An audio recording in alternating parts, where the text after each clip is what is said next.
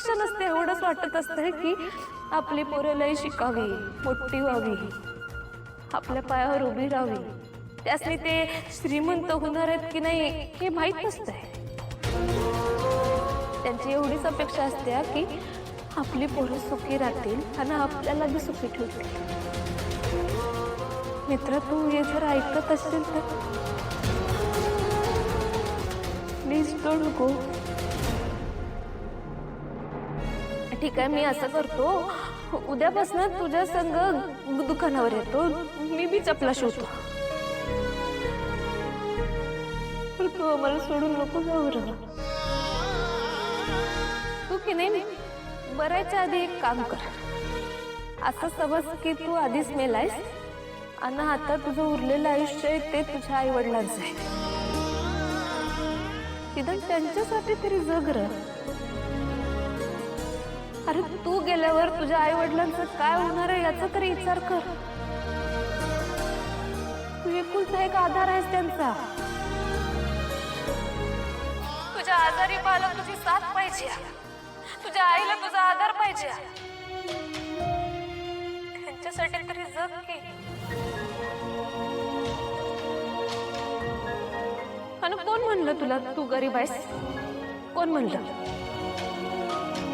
ज्याच्याकडे आई वडील आणि त्यांचा आशीर्वाद आहे तो माणूस कवाच गरीब नसू शकतो.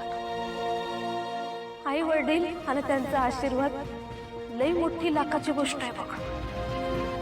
कुठल्या तरी रिकाम टेकड्या लोकांचं ऐकून त्यांची साथ सोडून जाऊ नको. ती माणसं काय तुझ्या रक्ताची नाती नाहीत, तर तुझ्या यशाकडे डोळे लावून जी बसलेत की नाही, जे तुझ्यावर मनापासून प्रेम करते, त्या तुझ्या आई वडिलांसंग तुझं रक्ताचं नातं आहे रे, प्रेमाचं नातं आहे. बघितलं शंभू,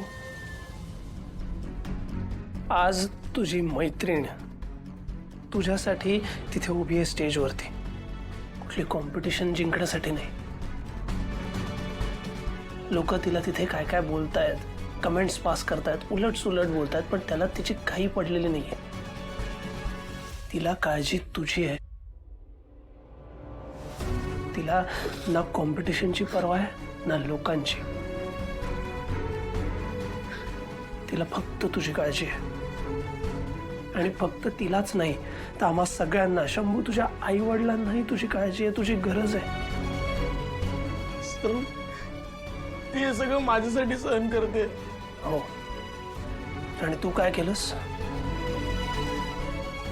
असा पळून जात होतास. Today I don't know if I pass fail.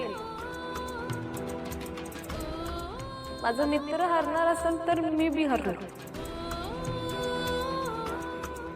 तो हरणार असेल तर मी जिंकून काय करायचंय? अरे मला बी आहे, माझं बी आबा आहेत. तिकडे गावाकडे लांब राहतात ते. मला बी वाटतंय की त्यासनी माझी आठवण येत असेल का, ते माझी वाट बघत असतील का. खरं कवा तर तुझ्यासारखा मी विचार करून हारलो तर त्यांचं काय होईल? खरं तेव्हा माझ्या डोसक्यात विचार येतो का आयुष्याची लढाई हारायचा अधिकार आपल्याला नाही आणि तो तुला बी नाही. तुझ्या आई वडिलांना असं फसवून जाऊ नकोस रे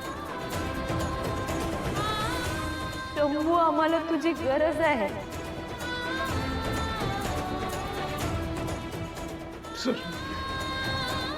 सर, मला कमळीकडे घेऊन चला प्लीज. I am sorry.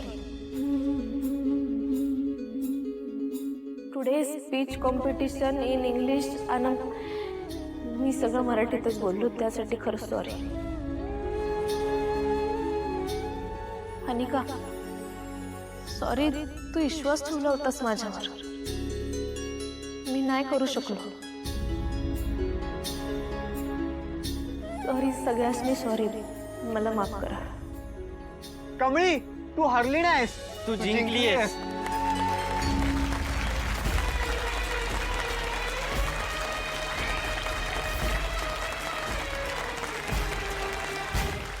सपान फुलले होते कमळी, देणग्या पुढ्यात आल्या ओळखीच्या या वाटा काटेरी शंभू